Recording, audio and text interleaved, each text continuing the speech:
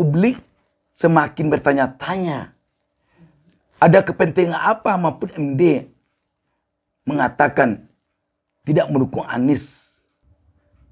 Kalau mau masuk ke politik praktis, jelas-jelas masuk betul. Jangan setengah-setengah. Maju sebagai capres atau cawapres.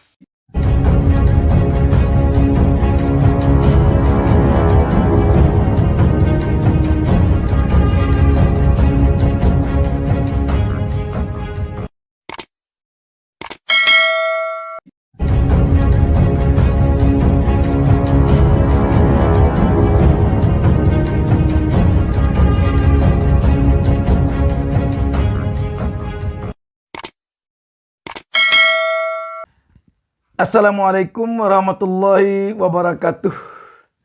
Kita berjumpa lagi dalam kesempatan ini. Saya Bustaminarda tak lupa mendoakan kepada Allah Subhanahu wa taala, Tuhan Yang Maha Esa. Semoga seluruh pemirsa selalu berada di dalam lindungan Allah Subhanahu wa taala.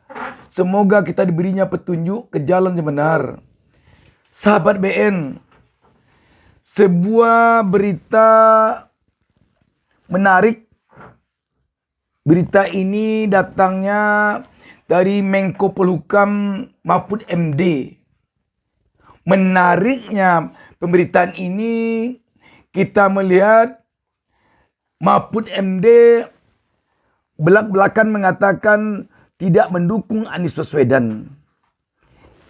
Kita tahu bahwa kapasitas seorang Menko Polhukam, seorang pejabat negara yang digaji oleh seluruh rakyat, harusnya dia netral.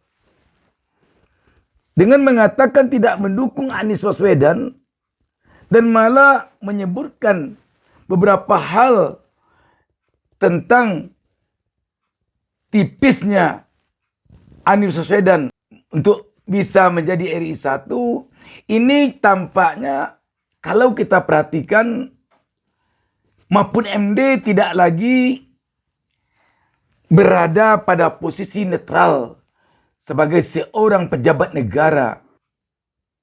Seharusnya seorang pejabat negara dia harus netral. Kita baca berita ini. Wartaekonomi.co.id menurunkan berita di bawah judul "Sudah punya jagoan capres. Mahfud MD belak-belakan ogah dukung Anies Baswedan. _. Preferensi saya si A. Oke. Berita ini hari Rabu 22 Februari 2023. Warta Ekonomi Jakarta. Menteri Koordinator Bidang Politik, Hukum dan Keamanan Menko Polhukam Mahfud MD terang-terangan tidak mau mendukung Anies Baswedan sebagai calon presiden capres 2024. Bahkan ia menduga peluang ex-Gubernur DKI Jakarta itu menjadi presiden sangat kecil, bahkan tidak ada. Peluang Anies Baswedan jadi presiden kecil, bahkan tidak ada sama sekali, kata Menko Polhukam Mahfud MD di acara Kid Andy diunggah di kanal YouTube Metro TV Selasa 21 Februari 2023. Kata Mahfud MD lagi, saya bilang kalau dukungan partai lain selain yang tiga itu susah karena partai lain sudah punya sikap. Nggak mungkin jadi presiden, kata Mahfud. Ia menilai sikap parpol rumit dan katanya lagi rekam jejak Anies Baswedan tercatat ada tersandung masalah hukum. Ini bisa jadi sandungan untuk mendapatkan RI 1, kata Mahfud. Walau demikian, ia tidak mengurai masalah hukum seperti apa yang membuat Anies Baswedan tidak bakalan mendapat kursi RI 1. Sudah terbuka kasus itu, bahkan setiap mau pemilu selalu muncul kasus itu, ujarnya. Menteri Koordinator Bidang Politik, Hukum dan Keamanan Mahfud MD dengan tegas membantah kalau ada upaya pemerintah menjegal Anies Baswedan dengan memakai hukum. Saya pastikan itu tidak ada seperti yang digemborkan orang banyak, tegas Menteri Koordinator Bidang Politik, Hukum dan Keamanan RI. Sayangnya Mahfud MD tidak memberi kode siapa sosok yang akan ia endorse untuk maju di Pilpres 2024.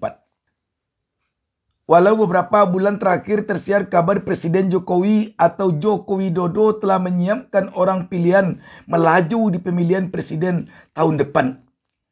Lagi-lagi Mahfud MD mengklaim bahwa tidak ada upaya pemerintah menghambat Anies Baswedan. Demikian juga Jokowi endorse sosok tokoh bakal calon presiden. Saya jamin enggak ada. Kalau ada oknum di dalam, bahkan ketua partai oleh anak buah itu banyak.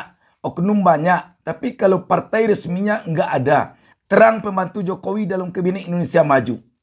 Sekali lagi Mahfud dengan tegas dan teras ogah mendukung Anies Baswedan maju di Pilpres 2024. Saya enggak dukung Anies, jelas. Ada alternatif? Ya, tentu saya menyebut preferensi saya si A, oke. Tapi saya enggak bilang dukung karena saya Menko Polhukam, tegasnya. Sahabat BN, tampak sekali di sini Mahfud MD memposisikan diri sebagai seorang yang independen. Tidak sebagai seorang yang netral. Bahkan nyaris dia tampak di sini berpihak. Sebab dia menyebutkan ada jagoannya. Walaupun dia tidak menyebutkan dengan jelas nama orangnya. Tapi disebutnya si A. Okey. Dan kita juga jadi bertanya-tanya tentang adanya kasus hukum Anies katanya. Dan itu setiap pemilu muncul. Kasus apa? Dan mengapa? Sepertinya dia yakin sekali Anies tidak bisa mendapatkan RI1. Kita tahu bahwa yang menentukan nasib seseorang ke depan itu Allah Subhanahu Wa Taala menurut kita beragama Islam. Manusia tidak ada yang bisa satu orang pun meramal nasib seseorang di depannya. Tidak ada yang bisa. Dan apa yang disampaikan oleh Mahfud MD ini terkesan ini menghendaki ada pengaruh pembicaraannya kepada orang sehingga membuat orang lemah jadi yang mendukung Anies. Itu kesannya. Kalau dia benar-benar netral, tidak perlu dia menyebut Anies begini. Kenapa Anies saja yang disebut? Kenapa Prabowo tidak disebut? Kenapa Ganjar tidak disebut? Kenapa Puan tidak disebut? Kenapa kok Anies saja yang disebut? Di sini kita melihat ada kesan Mahfud MD punya tujuan tertentu kepada Anies. Kesannya begitu. Karena dia fokus menyebut nama Anies di sini. Dan dia sepertinya telah sangat yakin, hakul yakin betul bahwa Anies tidak akan bisa maju.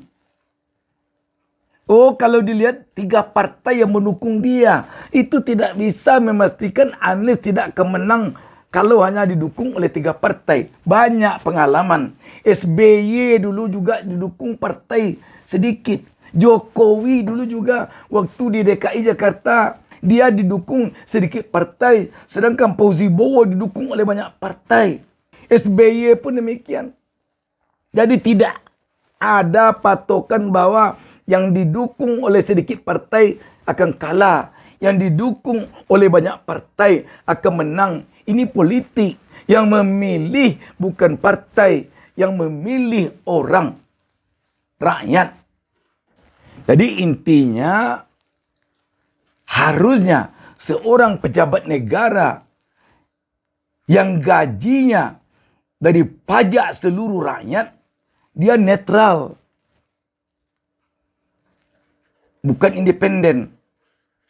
Ini bahkan kesannya tidak independen lagi.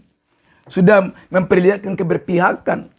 Karena dia membayangkan bahwa dia ada punya calon. Ada punya orang yang dia dukung. Si A katanya. Oke. Anies tidak. Bahkan di sini kita juga bisa melihat bahwa seakan-akan Mahfud MD ini sekarang telah menyimpan skenario hukum tentang Anies. Rakyat tentu tidak menginginkan pejabat publik seperti ini. tidak menginginkan. Sebaiknya sebagai seorang pejabat publik, sebagai seorang pejabat negara di tahun-tahun politik sekarang ini, kalau tidak maju menjadi capres atau cawapres, ya netral. Selagi memakan gaji dari uang rakyat. Jangan ada kesan sebagai seorang pengamat. Dan besar kemungkinan pendukung-pendukung Anies Baswedan agak sedikit kecewa dengan pernyataan yang disampaikan oleh Mahfud MD ini. Sepertinya Mahfud MD ini membawa pesan tertentu ketika dia bicara di KND ini. Dan ini tentu tidak baik untuk seorang pejabat negara. Kalau soal endorse Pak Presiden saja sekarang ini tidak begitu tampak pengaruhnya. Apalagi lah endorse Pak Mahfud MD. Dan kita yakin sangat sulit sekarang ini menjatuhkan pamor Anies. Sangat sulit. Kita lihat itu. Kalau Anies pergi ke daerah-daerah, begitu sambutan rakyat. Coba ya tokoh-tokoh lain pergi ke daerah-daerah. Atau Pak Mahfud MD sendiri sekarang ini maju, baik calon presiden maupun calon wakil presiden, coba pergi ke daerah-daerah. Bandingkan sambutan rakyat kepada Anies dengan kepada Pak Mahfud MD. Sekali lagi, harusnya para menteri atau para pejabat negara atau para pejabat publik yang gajinya dari rakyat bersikap netral. Jangan sampai sepertinya bersembunyi tapi kelihatan juga.